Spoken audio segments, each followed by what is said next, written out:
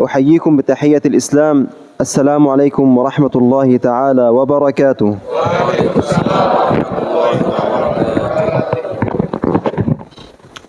Baik, tadi Syekh membuka tausiahnya pada malam hari ini dengan pujian kepada Allah Subhanahu wa taala, kemudian juga salawat serta salam kepada baginda Nabi besar Muhammad sallallahu alaihi wasallam. Kemudian setelahnya beliau mengucapkan salam kepada kita semua. Assalamualaikum warahmatullahi wabarakatuh. الإسلام ليس فقط شعائر دينية نقيمها في المسجد. الإسلام أكثر من ذلك. الإسلام يعلمنا أن نكون مع الآخرين، أن نكون مع المظلومين، أن نكون مع إخواننا نشعر بفقرهم، نشعر بجوعهم، نشعر بألمهم. Ma'asyiral muslimin yang dirahmati oleh Allah Ta'ala, tadi Syekh katakan bahwasanya Islam, syariatnya itu tidak hanya mengajarkan kepada kita ibadah saja. Artinya ada banyak pelajaran, ada banyak perintah yang masuk dalam kategori syariat Islam. Benar bahwasanya puasa, salat, zakat, haji dan umrah itu bagian dari ibadah syariat Islam. Namun ada syariat Islam yang penting untuk kita perhatikan, untuk kita amalkan juga, yaitu ikut merasakan, ikut peduli terhadap penderitaan, terhadap kelaparan, terhadap kesedihan yang dirasakan oleh saudara-saudara kita. Merasa sakit, merasa sedih, kemudian tumbuh rasa peduli, itu bagian dari syariat Islam juga.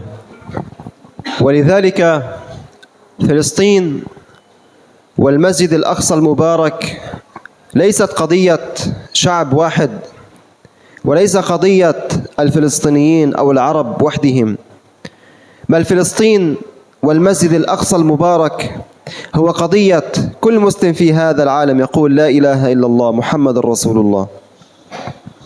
Oleh karenanya, di antara kepedulian kita adalah isu yang berkaitan dengan Palestina, khususnya Masjidil Aqsa. Tadi Syekh mengatakan bahwasanya penjajahan, penindasan yang ada di Masjidil Aqsa di tanah Palestina merupakan PR, merupakan PR bukan hanya tanggung jawabnya orang Palestina saja, bukan hanya tanggung jawabnya orang-orang Arab saja, akan tapi tanggung jawab untuk peduli dan masuk dalam bagian kemerdekaan Palestina adalah tanggung jawab kita semua umat Islam, umat yang mengucapkan la ilaha illallah, umat yang bertauhid. Maka permasalahan Al-Aqsa, permasalahan Masjid Al-Aqsa, tanah Palestina adalah tanggung jawab kita semua. المسجد الأقصى المبارك هو أولى القبلتين وثالث الحرمين. المسجد الأقصى المبارك هو المكان الذي عرج منه النبي صلى الله عليه وسلم إلى السماء للقاء ربه في رحلة الإسراء والمعراج. في المسجد الأقصى المبارك صلى النبي صلى الله عليه وسلم إماما بالأنبياء والمرسلين. فالمسجد الأقصى المبارك هو أرض الأنبياء والمرسلين، هي أرض مباركة إلى يوم الدين. Kenapa kita harus peduli dengan Palestina? Kenapa kita harus peduli dengan Masjidil Aqsa? Bukankah Palestina itu sudah bukan bagian dari negara kita, sudah bukan bagian dari bangsa kita? Maka jawabannya adalah tanah Palestina itu tanahnya umat Islam semuanya. Tanah Palestina itu tanah suci kita juga sebagaimana Mekah dan Madinah. Sebagaimana Allah Subhanahu wa taala dahulu memperjalankan Nabi Muhammad sallallahu alaihi wasallam dari Masjidil Haram ke Masjidil Aqsa dalam peristiwa Isra Mi'raj. Tadi Syekh membacakan ayat saat salat tarawih. Subhanalladzi asra bi 'abdihi lailan minal masjidil harami ilal masjidil aqsa. Maha suci Allah Subhanahu wa taala yang telah memperjalankan Nabi Muhammad sallallahu alaihi wasallam dari Masjidil Haram ke Masjidil Aqsa. Ini menandakan bahwasanya Masjidil Aqsa punya kedudukan yang khusus, punya keistimewaan di antara tanah-tanah yang lainnya. Yang mana tanah ini Allah jadikan sebagai tanah milik kita, tanahnya umat Islam, tanah sucinya kita. Begitu juga di Masjidil Aqsa juga, Allah jadikan Masjidil Aqsa sebagai masjid suci umat Islam yang ketiga. Kalau kita sekarang tahu ada Masjidil Haram, ada Masjid Nabawi yang bisa kita kunjungi kapanpun kita mau, maka ternyata ada juga Masjidil Aqsa yang masuk dalam masjid sucinya umat Islam yang saat ini belum bisa kita kunjungi secara bebas, ya. Masih di bawah cengkeramannya Yahudi, ya. Dan juga di Masjidil Aqsa juga ini Rasulullah SAW pernah memimpin, pernah mengimami para nabi dan rasul sebelum beliau naik ke Sidratul Muntaha. إذا تكلمنا عن فلسطين وتكلمنا عن المسجد الأقصى المبارك فحري بنا أن نتكلم عن تلك المدينة الصغيرة التي حيرت العالم بثباتها وصبرها وكبريائها، علمت العالم معنى الصبر ومعنى الثبات على المبادئ ومعنى الثبات في هذه الأرض المقدسة ألا وهي غزة هاشم. Ketika kita bicara tentang Palestina, maka ada satu pembahasan, ada satu topik yang tidak lepas dari yang namanya isu Palestina atau permasalahan Palestina. Yaitu ada satu kota yang kesabarannya, keteguhannya, kota kecil, ya, yang mungkin luasnya nggak lebih luas daripada Jakarta, ya. Yang mana keteguhan dan kesabarannya membuat dunia itu terheran-heran, membuat dunia itu bingung. Kok bisa kota kecil ini bisa bertahan, bisa bersabar sampai dengan saat ini? Kota kecil tersebut ialah kota Gaza. Kota Gaza yang telah dihujani bom yang lebih besar daripada di Hiroshima, ya. Yang padahal luasnya saja, panjangnya saja itu hanya 40 km, lebarnya hanya 12 sampai dengan 15 km saja. Akan tapi dalam waktu 2 tahun masyarakatnya, bangsanya tetap teguh, tetap sabar, bahkan tetap kuat akidahnya dan tetap bagus prasangkanya kepada Allah Ta'ala. الكل والجميع يعلم ما الذي حصل في غزة منذ 2 سنين إلى الآن. غزة تتعرض لحرب إبادة، لحرب شعواء لا تعرف كبير ولا صغير، حرب لا تفرق بين حجر وبشر. هذه الحرب تسببت بالآلاف من الشهداء، هذه الحرب تسببت بمئات الآلاف من الجرحى، هذه الحرب تسببت بدمار المنازل والمدارس والمساجد، هذه الحرب تسببت على أن يسكنوا الناس في الخيام وفي الطرقات، هذه الحرب تسببت بالفقر والجوع والعطش. Kita semua mungkin sudah tahu, ya, dan bisa menyaksikan di berbagai macam media sosial, di media-media berita tentang apa yang terjadi sekarang di kota Gaza. Sebuah pembantaian, sebuah genosida, pembersihan manusia, ya. Genosida, pembantaian, penjajahan yang dilakukan oleh Zionis Yahudi laknatullah, ya, yang menjadikan rumah-rumah itu rata dengan tanah, ya. Ribuan jiwa, bahkan puluhan ribu jiwa hilang, ya. Meninggal syahid, ya. Ratusan ribu terluka, ya. Anak-anak kehilangan bapaknya, kehilangan ibunya, bapak dan ibu kehilangan anaknya. Bahkan sekarang karena penjajahan tersebut mereka harus tinggal terpaksa di kemah-kemah pengungsian, ya. Yang kemah-kemah itu tidak bisa melindungi mereka dari hujan, tidak bisa melindungi mereka dari panasnya matahari ataupun dinginnya malam hari, ya. Dan itu dirasakan oleh saudara-saudara kita di sana. Terlebih lagi rasa lapar, rasa sedih, ya, dan berbagai macam penderitaan yang dirasakan oleh saudara-saudara kita di sana. صحيح أن الحرب في غزة قد انتهت، ولكن اليهود هم اليهود يحبون الغدر والخيانة. منذ بدء الهدنة إلى الآن هناك أكثر من 500 شهيد، وما زال قطاع غزة محاصر من كافة المحاور. يدخلون الطعام والشراب القليل، الناس ما زالون لا يزالون يقيمون في الطرقات وفي الخيام. الطلاب ما زال يدرسون ويتعلمون في الخيام لأن المدارس قد دمرت، وما زال الناس يصلون في الطرقات وفي الخيام لأن المساجد أيضا قد دمرت. لذلك هؤلاء هم أهل غزة الصابرين الذين يدافعون عن مصر النبي صلى الله عليه وسلم بأرواحهم وأموالهم. فيجب علينا جميعا أن نكون على قلب رجل واحد على أن ننصر إخواننا بشتى الطرق والوسائل. Betul ya, dan benar kalau kita lihat sekarang di media itu Gaza sedang gencatan senjata, artinya terjadi gencatan senjata antara pejuang kemerdekaan Gaza dan juga penjajah Zionis laknatullah. Akan tapi sifat dan karakternya Yahudi yang Allah sudah kabarkan di dalam Al-Quran bahwasanya mereka adalah bangsa-bangsa yang senantiasa berkhianat, senantiasa melanggar janjinya. Allah sudah mengabarkan dalam Al-Qur'annya. Maka hakikatnya gencatan senjata yang sekarang terjadi di Gaza pun telah mengalami banyak sekali pelanggaran-pelanggaran gencatan senjata. Karena memang fitrahnya mereka itu, orang-orang Yahudi itu berkhianat dan melanggar janji. Bahkan semenjak terjadinya gencatan senjata sampai dengan saat ini lebih dari 500 nyawa, lebih dari 500 jiwa telah syahid. Ini menandakan meskipun ada perjanjian, namun rentetan tembak-tembakan dari penjajah Yahudi, bom-bom itu tetap dijatuhkan di atas tanah-tanah saudara kita di Gaza sana. Anak-anak belum bisa belajar dengan normal seperti halnya kita. Mereka masih harus belajar di bawah puing-puing bangunan. Mereka harus sholat di tengah-tengah jalan karena masjidnya rata dengan tanah. Mereka masih harus menunggu bantuan-bantuan karena kehidupan belum bisa berjalan dengan normal. Mau bekerja tidak bisa, mau berjualan tidak ada yang bisa dijual.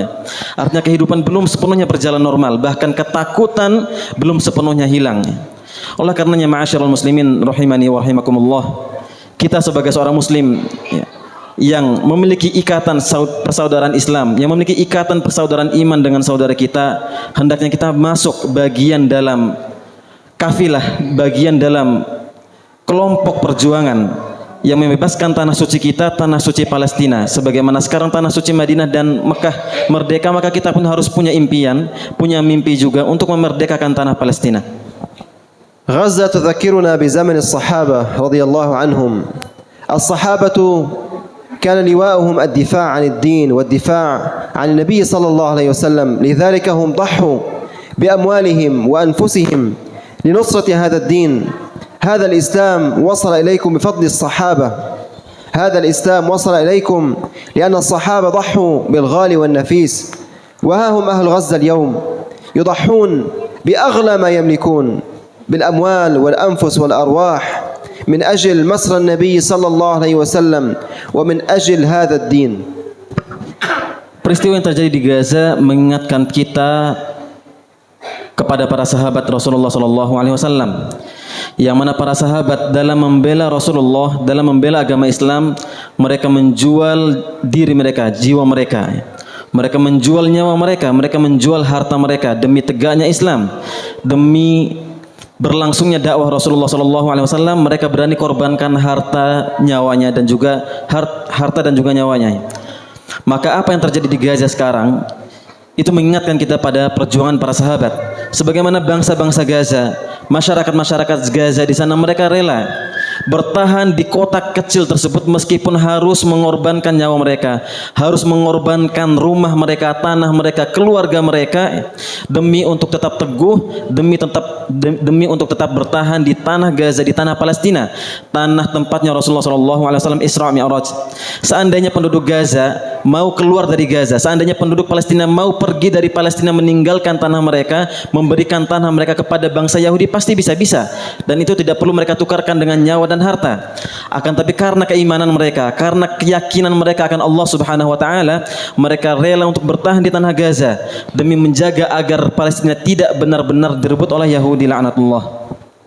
إذن ما الذي يجب أن نفعله من أجل نصرة إخواننا في غزة وفي فلسطين وكل مظلوم في هذا العالم؟ أولا الدعاء لهم. الدعاء هو سلاح المؤمن. أن ندعو لهم عند كل صلاة، أن ندعو لهم عند السحر وعند الإفطار، أن ندعو لهم أن يرفع عنهم هذا البلاء وهذا الغلاء وتسلط الأعداء، وأن يتقبل الله شهداءهم وأن يشفي جرحاهم. لذلك يجب أن لا تنسوا إخوانكم. أول أمر يجب علينا أن نفعله هو الدعاء لهم. Lantas apa yang bisa kita lakukan? Apa yang bisa kita berikan kepada saudara-saudara kita di sana yang ada di Palestina? Maka tadi Syekh menjelaskan bahwasanya langkah pertama atau poin pertama yang bisa kita lakukan sebagai umat Islam, orang yang beriman, ialah mendoakan saudara-saudara kita yang ada di sana. Rasulullah katakan bahwasanya doa silahul mu'min, bahwasanya doa itu adalah senjatanya orang beriman. Kita punya senjata, kita semua punya senjata, yaitu doa. Maka di Ramadan ini, di bulan yang mulia ini, di waktu yang mustajabah, saat kita sahur, saat kita sholat, saat kita berbuka, saat kita bangun di malam hari untuk mengerjakan sholat malam, maka hendaknya kita berikan doa-doa terbaik kita di waktu terbaik kita untuk saudara kita di tanah terbaik sana, di tanah Syam, di tanah Palestina. Maka minimal sekali kita berikan doa-doa kita untuk mereka. Kita doakan mereka agar Allah Subhanahu wa taala memberikan pertolongannya kepada saudara kita yang sedang diuji di sana. Kita doakan agar Allah Subhanahu wa taala menyembuhkan luka-luka saudara kita, agar Allah menerima para syuhada di sisinya, dan agar Allah Subhanahu wa taala senantiasa memberikan keteguhan dan kesabaran pada saudara-saudara kita yang berjaga di sana untuk menjaga tanah kita, tanah sucinya umat Islam. هذه الأمة بحاجة إلى قادة، لذلك يجب عليكم أيها الآباء وأيها الأمهات أن تربوا أبناءكم وأن تربوا هذا الجيل على حب الدين وعلى حب الصلاة والصيام ولا حب الإسلام. فالأمة بحاجة إلى جيل جديد يحب الدين، يأمر بالمعروف وينهى عن المنكر، وأن تعلموهم حب فلسطين وحب المسجد الأقصى المبارك. Kemudian yang kedua yang beliau sampaikan tadi, bahwasanya umat ini butuh yang namanya pemimpin. Umat ini kelak untuk meneruskan perjuangan, untuk meneruskan generasi-generasi ke depannya, membutuhkan generasi yang kuat imannya, pemimpin yang punya visi untuk membebaskan tanah Palestina. Maka poin yang kedua, apa yang bisa kita lakukan untuk mereka adalah mendidik, mentarbiyah anak-anak kita, generasi-generasi penerus kita, agar mereka mencintai agama Islam, agar mereka mencintai sholat, agar mereka mencintai puasa, agar mereka mencintai syariat-syariat Islam, mereka mentaati perintah-perintah Allah Ta'ala, sehingga tumbuh dari mereka jiwa-jiwa yang kuat imannya, jiwa-jiwa yang punya visi, yang punya mimpi untuk kelak membebaskan Masjidil Aqsa. ثالثا وأخيرا الصدقة والإنفاق في سبيل الله. من أراد الجنة، من أراد الرحمات، من أراد دخول الجنات عليه بالصدقات والإنفاق في سبيل الله. إخوانكم يجاهدون بأموالهم، يجاهدون بأنفسهم وأموالهم، وأنتم قد حرمكم الله الجهاد في سبيل الله، لذلك يجب عليكم أن تجاهدوا بأموالكم نصرة لإخوانكم. النبي صلى الله عليه وسلم كان أجود الناس وخاصة في رمضان، وكان يحث أصحابه على الإنفاق في سبيل الله حتى ولو بالقليل، حتى ولو بروبية واحدة. ربما هذه تكون الصدقة القليلة تكون لك جبال من الحسنات يوم القيامة. Kemudian yang ketiga dan yang terakhir, beliau sampaikan tadi bahwa di antara bentuk kepedulian kita, di antara bentuk ikhtiar kita dalam memperjuangkan, memerdekakan tanah kita di sana adalah dengan jihad harta atau berinfak fi sabilillah. Saudara-saudara kita di Gaza, saudara-saudara kita di Palestina, mereka telah mengorbankan nyawa mereka, mereka mengorbankan keluarga dan mimpi mereka. Mereka pun telah mengorbankan rumah, harta, kendaraan mereka untuk tetap berdiri di Palestina. Maka kita di sini yang jauh dari Palestina dan belum bisa ke sana, belum bisa untuk turut serta dalam perjuangan menjaga tanah mereka, memerdekakan dan mengusir Yahudi di sana, yang paling bisa kita lakukan adalah berinfak di jalan Allah. Beliau katakan tadi bahwasanya dalam suatu hadis disebutkan bahwasanya Rasulullah SAW adalah manusia yang paling dermawan, insan yang paling dermawan, terlebih di bulan Ramadan. Seorang muslim ketika dia mempunyai iman yang kuat, punya tekad untuk berjihad dengan hartanya, meskipun itu sedikit, meskipun itu hanya 1.000 rupiah saja, akan tapi ketika sedekah itu dilakukan dengan kejujuran, dengan niat yang lurus, maka di sisi Allah Subhanahu wa taala ia ibarat gunung kebaikan, jibalul hasanat, gunung kebaikan, gunung pahala yang mungkin kita anggap remeh amalannya, tapi ternyata di sisi Allah Subhanahu wa taala sangat besar ganjarannya. Maka apa yang bisa kita lakukan di sini? Di antaranya adalah dengan berinfak di jalan Allah Ta'ala. وفي الختام أقول لكم جزاكم الله عنا ألف خير. فأنتم والله يعني أنا زرت إندونيسيا 3 مرات، والله عندما آتي إلى هنا أشعر أني بين عائلتي وبين أهلي، وأرى دائما الابتسام على وجوهكم، وأرى قلوبكم الطيبة، وأرى حسن الضيافة وحسن الكرم، وأرى حبكم عندما أذكر فلسطين، أرى حبكم وتأثركم بفلسطين والإسلام. لذلك أقول لكم جزاكم الله عنا ألف خير، وأن يتقبل الله أعمالكم، وأن يتقبل نفقاتكم وصدقاتكم بإذن الله تعالى. وأسأل الله العظيم رب العرش العظيم كما جمعتنا في هذا المسجد المبارك أن يجمعنا في الجنان مع النبي صلى الله عليه وسلم. والسلام عليكم ورحمة الله وبركاته. Kemudian tadi Syekh menyampaikan jazakumullah khairan katsira, ya, beliau berterima kasih kepada para jamaah sekalian khususnya dan juga umumnya kepada masyarakat Indonesia. Beliau sampaikan kebahagiaan beliau, rasa bahagia beliau, rasa haru beliau terhadap masyarakat Indonesia karena ini kali ketiga beliau datang ke Indonesia, ya. Kali ketiga beliau datang ke Indonesia, dan setiap kali beliau datang ke Indonesia beliau mendapati masyarakatnya itu sangat hangat sekali sambutannya, ya. Sangat murah senyumnya, ya. Dan senantiasa ketika disebutkan Palestina mereka punya cinta, punya punya kepedulian dan rasa cinta yang tinggi juga terhadap saudara-saudara kita yang ada di sana.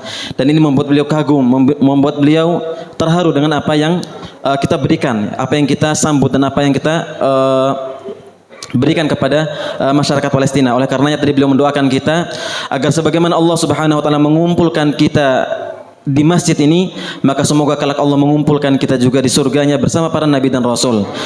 Dan semoga Allah Subhanahu wa taala juga menerima segala bentuk kontribusi kita dalam pembebasan tanah Palestina, baik itu dalam bentuk doa kita, tarbiyah kita kepada generasi-generasi penerus kita, anak-anak kita, ataupun dengan infak-infak yang bisa kita berikan. Semoga Allah membalasnya dengan beribu-ribu kebaikan.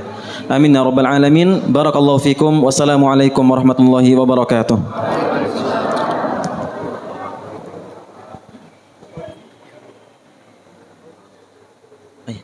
Saya mau